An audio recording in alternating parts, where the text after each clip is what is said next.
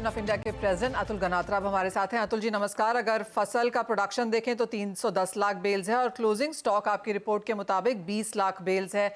इन दोनों ही नंबर्स को आप कैसे देखते हैं? फसल की गिरावट के क्या रीजन रह सकते हैं? और साथ ही साथ जो ये 20 लाख बेल का क्लोजिंग स्टॉक है, इसको जो पिछले सालों के मुकाबले जो इसमें गिरावट है उसे भी कैसे पढ़ते हैं? Good morning Manisha ji. देखिए, प्रोडक्शन कम होने की दो तीन मेन वजह है। एक जी वजह हमारी सीड की टेक्नोलॉजी बहुत जूनी हो गई है, जी। उसकी वजह से पिंक बॉलवर्म का अटैक बहुत हो रहा है। हम्म। नंबर दो, जो लास्ट ईयर बारिश की पैटर्न थी वो ग्लोबल वार्मिंग के चलते हुए बारिश ठीक नहीं हो रही है, वो भी एक इल्ड पे इफेक्ट कर रहा है। हम्म। जैसे हम देखें एग्जांपल, तो महाराष्ट्र में 40 लाख हेक्टर में सोइंग होता है, मगर क्रॉप सिर्फ 80 लाख बेल्स का है, तो we are getting only 2 bells पर हेक्टर। अगर आप देखें तो खानदेश एसोसिएशन का अभी एक रिपोर्ट आया है कि हमारे यहाँ 9.5 से 10 लाख हेक्टर में सोइंग हुई और सिर्फ 14 लाख बेल्स का प्रेसिंग हुआ। हम्म। तो पर हेक्टर सिर्फ 1.4 बेल्स का प्रोडक्शन है। सेम सिचुएशन मराठावाड़ा में है। विदर्भ सिर्फ एक अच्छा है। तो ये मेन वजह है, प्रोडक्शन नहीं बढ़ रहा है, उसके सामने हमारा कॉटन का कंजम्पशन डे बाय डे बढ़ रहा है। और ये जो आपने बोला क्लोजिंग स्टॉक बहुत कम है, तो हमारा 2021-22 में जब कॉटन के भाव 1 लाख रुपया हुए थे, तभी हमारा लोएस्ट क्लोजिंग स्टॉक था 24 लाख बेल्स।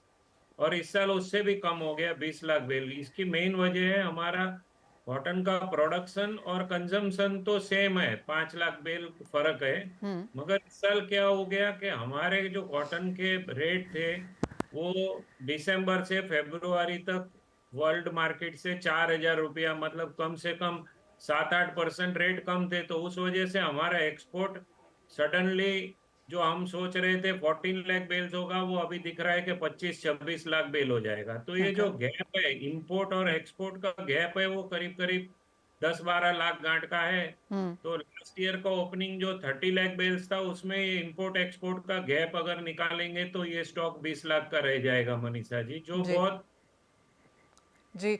जो आपने कहा कि मल्टी ईयर लोज पर है वहां पर, साथ ही अब जिस तरह की अभी एक्सपोर्ट के नंबर्स हैं और जिस तरह के प्राइसेस हैं कॉटन के, अतुल जी क्या लगता है इस बार किस तरह की फसल या किस तरह की बुआई हम देख पाएंगे?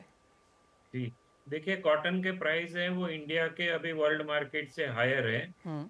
आज से 2 महीने पहले हमारे कॉटन के प्राइस इंडिया के 500 डिस्काउंट पे थे, वर्ल्ड मार्केट से हम सबसे सस्ते रुई थे वर्ल्ड में। जी। और आज हमारा बेसिस जो है वो 1000 प्लस हो गया है, मतलब 1500 पॉइंट बेसिस हमारा कॉटन, 1000 बेसिस इंडियन कॉटन अभी वर्ल्ड मार्केट से ज्यादा है, हाँ। रेट ज्यादा है। हम्म। इसकी मेन वजह है, तीन वजह है मनीषा जी। हम्म। एक, हमारी जो इंडियन गवर्नमेंट ने 11% ड्यूटी लगा के रखी है, हम्म। तो इस वजह से इंपोर्ट नहीं हो रहा है। नंबर टू, हमारा प्रोडक्शन कम हो रहा है या मेंटेन है 300-320 के, और मगर हमारा कॉटन का कंजम्पशन नहीं मिले, हर साल 10-12 लाख स्पिंडल आने से कॉटन का कंजम्पशन बढ़ रहा है। ओके। और तीसरा, कॉटन के फार्मर्स, आपने पूछा कि बुआई कैसी होगी, तो कॉटन के फार्मर्स लास्ट ईयर बहुत डिसअपॉइंटेड रहे हैं, हम्म। क्योंकि उनको यील्ड भी बहुत कम आया और कॉटन के रेट है वो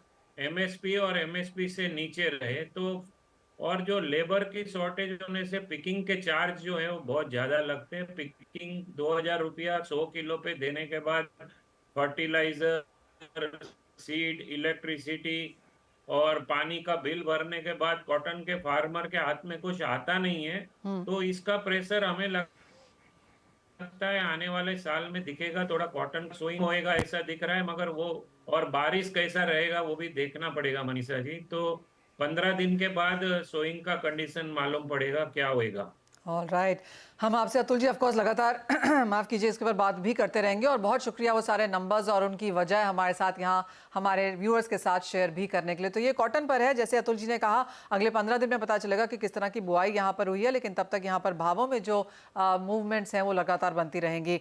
दिनेश जी, आप एग्री एज अ स्पेस को कैसे देखते हैं? हमने यहाँ पर चने पे बात करी है, कॉटन पे बात करी है, आपकी कोई टॉप ट्रेडिंग स्ट्रैटेजीज यहाँ पर? जी बिल्कुल, पल्सेस जो ऐसा सेक्टर है, मुझे लगता है ये शॉर्टेज का आइटम इस साल जरूर रहेगा। जी। और निरंतर मैं कह रहा था जैसे तुअर चने में वृद्धि आएगी और वृद्धि आई है। चना अभी भी एमएसपी से 20% ऊपर चल रहा है और मुझे लगता है 10 से 15% का इजाफा इसमें और भी हो सकता है। इस सीजन का जस्ट स्टार्ट है, मार्च अप्रैल में अराइवल आती है, मई में अराइवल ऑलमोस्ट गायब हो गई है। अभी हमें 6 से 7 महीने और चलाने हैं, तो मुझे लगता है कि चने में बढ़ोतरी थोड़ी सी जारी रहने की संभावना है। ओके अगर दिनेश जी कोई इन्फ्लेशन यहाँ पर वॉच कर रहा है तो आप जो बोल रहे हैं उनके लिए बिल्कुल अच्छा नहीं है ये सुनना, क्योंकि आप हर जगह यहाँ पर तेजी की एक्सपेक्टेशन कर रहे हैं, लेकिन आप कॉटन के बारे में बता रहे थे। जी बिल्कुल, कॉटन की अगर बात करूं तो इंटरनेशनल प्राइसेस अभी बहुत ज्यादा नीचे आ गई। जो एक स्पाइक आया था $103 का, दोबारा $78 पर आ चुकी है। मुझे लगता है अगर एक्सपोर्ट नहीं होता तो प्राइसेस में हमारे यहाँ वृद्धि होने के चांसेस कम नजर आते हैं। और तेजी और मंदी की जो अगली कड़ी है, मुझे लगता है वो पूरी मानसून पर डिपेंड करती है और सोइंग पर डिपेंड करेगी। दिनेश जी साथ ही मेटल्स पे भी एक व्यू लेना चाहेंगे, क्योंकि यहाँ पर कॉपर हर गिरावट में खरीदारी बनते हुए यहाँ पर नजर आ रही है, तो ओवरऑल मेटल्स में किस तरह का सिनारियो देखते हैं और अब इस हफ्ते में आप किस तरह की राय देंगे? बिल्कुल, अगर कॉटन की सॉरी कॉपर की अगर मैं बात करूं, हाँ जी, कॉपर की अगर मैं बात करूं तो ये ऐसा काउंटर मुझे एमसेक्स में नजर आता है जो सबसे स्ट्रॉन्ग है। एवरी डिप इसमें बाइंग अपॉर्चुनिटी क्रिएट करता है। आज भी अगर कॉपर की बात करूं तो 870 870 50 के आसपास मुझे लगता है ये बढ़िया अवसर है बाय करने का।